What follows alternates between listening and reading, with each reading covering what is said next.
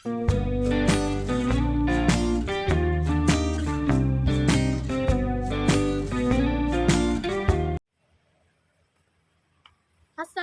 warahmatullahi wabarakatuh. Kami dari Institut Agama Islam Negeri Bone, Fakultas Syariah dan Hukum Islam, Program Studi Hukum Ekonomi Syariah, Kelompok 2. Perkenalkan, nama saya Rizky Ayu dengan NIM 7423420220039. Dalam video ini, saya akan membahas mengenai Pancasila dalam sistem ketatanegaraan Indonesia. Tapi sebelum itu, adapun rekan kelompok saya yaitu yang pertama atas nama Fitra, dan yang kedua atas nama Nikita Anjani, selanjutnya atas nama Aji Tri Nugroho Susanto, dan yang terakhir atas nama Naldi. Materi pertama yaitu latar belakang Pancasila digunakan dalam konteks ketatanegaraan Pancasila sebagai dasar negara yang merupakan suatu asas kerohanian dalam ilmu kenegaraan.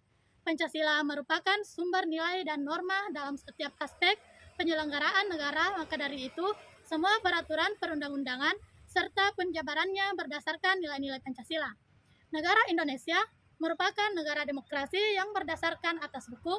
Oleh karena itu, segala aspek dalam pelaksanaan dan penyelenggaraan negara diatur dalam suatu sistem peraturan perundang-undangan. Pancasila dalam konteks ketatanegaraan Republik Indonesia adalah pembagian kekuasaan lembaga tinggi, negara, hak dan kewajiban keadilan sosial, dan lainnya diatur dalam Undang-Undang Dasar Negara. Pembukaan Undang-Undang Dasar 1945 dalam konteks ketatanegaraan memiliki kedudukan yang sangat penting, merupakan asas fundamental dan berada pada hierarki tertib hukum tertinggi di negara Indonesia.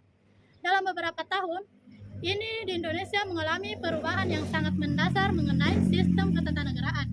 Dalam hal ini, perubahan tersebut secara umum dapat kita katakan bahwa perubahan mendasar setelah 4 kali amandemen UN 1945 ialah komposisi dari Undang-Undang Dasar tersebut yang semula terdiri atas pembukaan, batang tubuh dan penjelasannya berupa menjadi hanya terdiri atas pembukaan dan pasal-pasal. Sistem Ketatanegaraan Republik Indonesia berdasarkan Pancasila.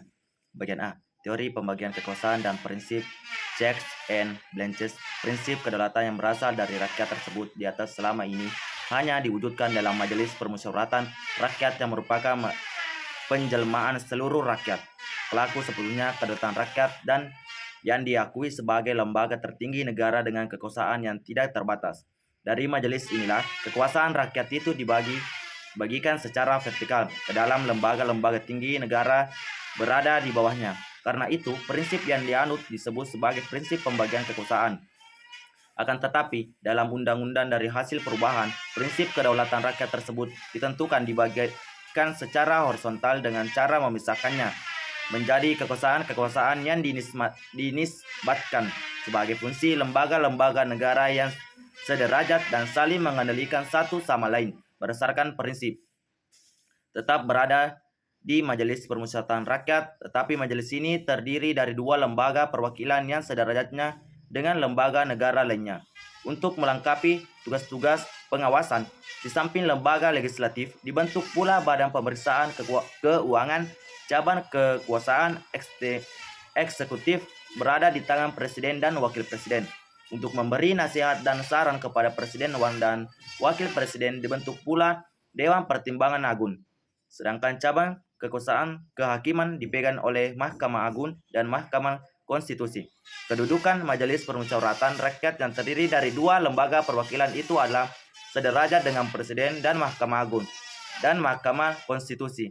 Ketiga cabang kekuasaan legislatif, eksekutif, dan yudikatif itu sama-sama sederajat dan saling mengontrol satu sama lain sesuai dengan prinsip. Dengan adanya prinsip ini, maka kekuasaan negara dapat diatur, dibatasi, dan bahkan dikontrol dengan sebaik-baiknya, sehingga penyalahgunaan kekuasaan oleh aparat penyelenggaraan negara ataupun pribadi-pribadi yang kebetulan sedang menduduki jabatan dalam lembaga-lembaga negara yang bersekutukan dan dicegah dan ditanggulangi dengan sebaik-baiknya.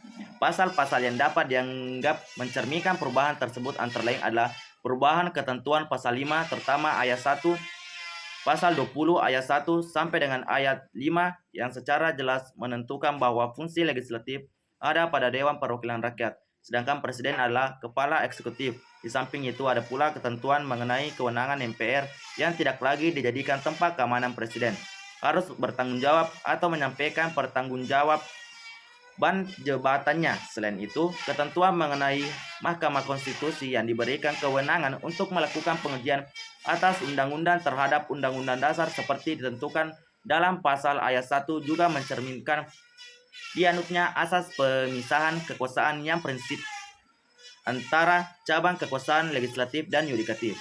Ketiga ketentuan itu memastikan tafsir bertekanan dengan terjadinya pergeseran MPR dari kedudukan sebagai lembaga tertinggi menjadi lembaga sederajat dengan Presiden, berdasarkan prinsip kekuasaan dan prinsip check and balances.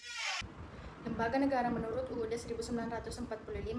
Format baru parlemen 3 kamar yaitu MPR, DPR, dan DPD.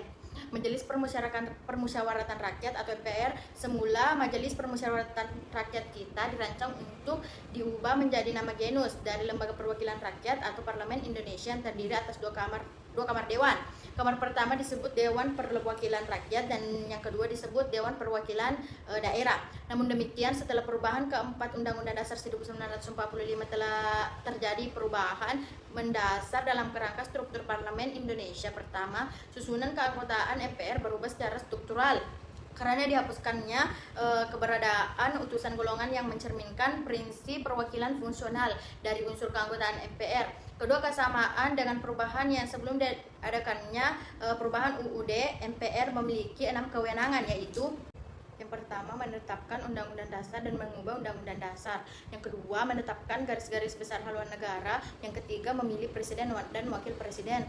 Yang keempat, meminta dan menilai pertanggungjawaban Presiden. Yang kelima, memberhentikan Presiden atau Wakil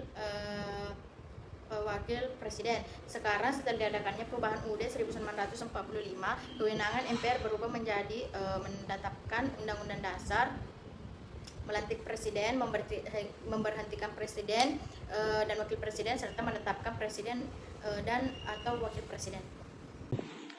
Badan Pemeriksaan Keuangan atau biasa disingkat BPK berdasarkan perubahan ketiga Undang-Undang Dasar 1945 yang disahkan pada tahun 2001.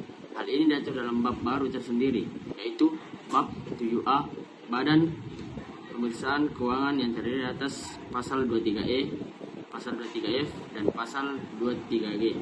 Isinya pun lebih lengkap, yaitu masing-masing berisi 3 ayat, 2 ayat, dan 2 ayat, sehingga seluruhnya berjumlah 7 ayat atau 7 butir ketentuan.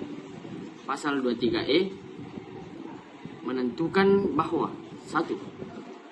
Untuk memeriksa pengelolaan dan tanggung jawab tentang keuangan negara diadakan satu badan pemeriksaan keuangan yang bebas dan mandiri.